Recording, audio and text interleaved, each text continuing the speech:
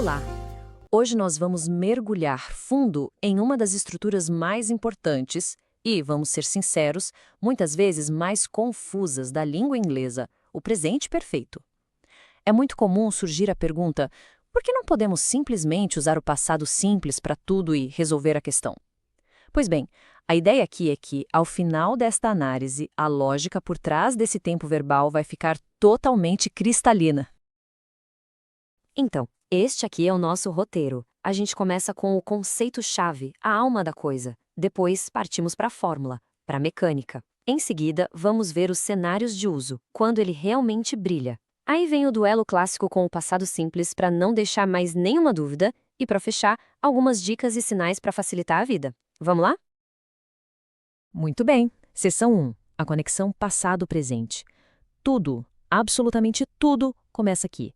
Se este conceito for bem entendido, o resto todo se encaixa como um quebra-cabeça. Essa é a ideia central que vai destravar o uso correto do presente perfeito. E a grande questão é essa: o que faz o presente perfeito ser tão diferente, tão particular? A principal razão, na verdade, é que ele não tem um equivalente direto em português. Ele funciona com uma lógica de tempo própria, uma que a gente precisa entender de verdade para dominar. E aqui está o ponto crucial. Pense neste tempo verbal como uma ponte. Ele não está só falando de uma ação que aconteceu no passado e acabou. Não, ele cria um elo, uma conexão entre algo que aconteceu antes e o momento de agora, mostrando que aquele passado ainda tem um eco, um efeito no presente. Certo. Vamos para a seção 2, a fórmula de construção. Agora que a gente já entendeu o porquê, vamos ver o como. Vamos analisar a mecânica por trás dessa ponte temporal, ou seja, a estrutura gramatical que sustenta tudo isso. A fórmula em si é bem direta, na verdade. É sempre uma combinação do verbo auxiliar have, ou has, para a terceira pessoa do singular, né? He, she, it, mais o particípio passado do verbo principal. Dominar essas três formas, afirmativa, negativa e interrogativa, é a base para construir qualquer frase. E claro, temos alguns detalhes importantes aqui.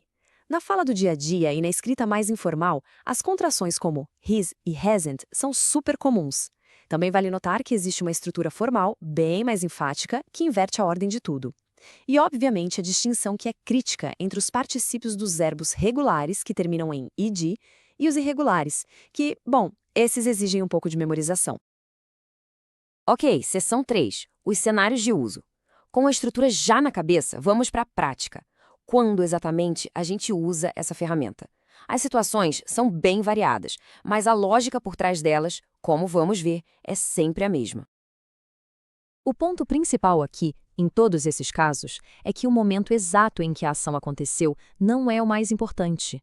Pode ser uma experiência de vida, uma ação que se repetiu, uma mudança gradual ou algo que acabou de acontecer. O foco é sempre no resultado ou na relevância que essa ação tem agora. E aqui fica ainda mais claro. O presente perfeito lida com ações que continuam tendo um impacto direto no agora. Pode ser algo que ainda nem começou, uma ação que pode acontecer de novo num período que ainda está rolando, ou, e esse é um ótimo exemplo, uma ação passada cujo resultado é palpável no presente. Dizer "They have sent us the catalog" significa, na prática, nós temos o catálogo agora. Seção 4. Duelo de tempos. Agora sim, este é o momento em que o conceito realmente se fixa de vez. Vamos colocar o presente perfeito lado a lado com o passado simples para deixar esse contraste definitivo, sem sombra de dúvida. A diferença crucial está toda aqui. I have misplaced my cell phone foca totalmente na consequência de agora. O celular ainda está perdido. Já a frase Last night I misplaced my cell phone descreve um evento fechado no passado, um problema que provavelmente já foi resolvido. Um tem um efeito que perdura, o outro é uma história concluída. Visualmente, a ideia fica muito clara. O passado simples é um ponto, um pino fixo na linha do tempo, um evento finalizado. Já o presente perfeito, por outro lado, é uma linha, uma seta que sai do passado e vem até o momento presente, mostrando que a sua influência continua. E para a gente fechar, seção 5, sinais e dicas finais. Vamos consolidar o que vimos com algumas ferramentas práticas. São pistas, dicas que ajudam muito a identificar quando usar o presente perfeito corretamente. Certos advérbios e expressões de tempo são como placas de sinalização para o present perfect. Palavras que indicam períodos que ainda não acabaram, como today ou this week, ou que falam de um tempo indefinido, como ever e never, ou ainda as que marcam duração, como for e since. Quase sempre elas pedem o uso dessa estrutura. Este ponto é absolutamente fundamental de se entender.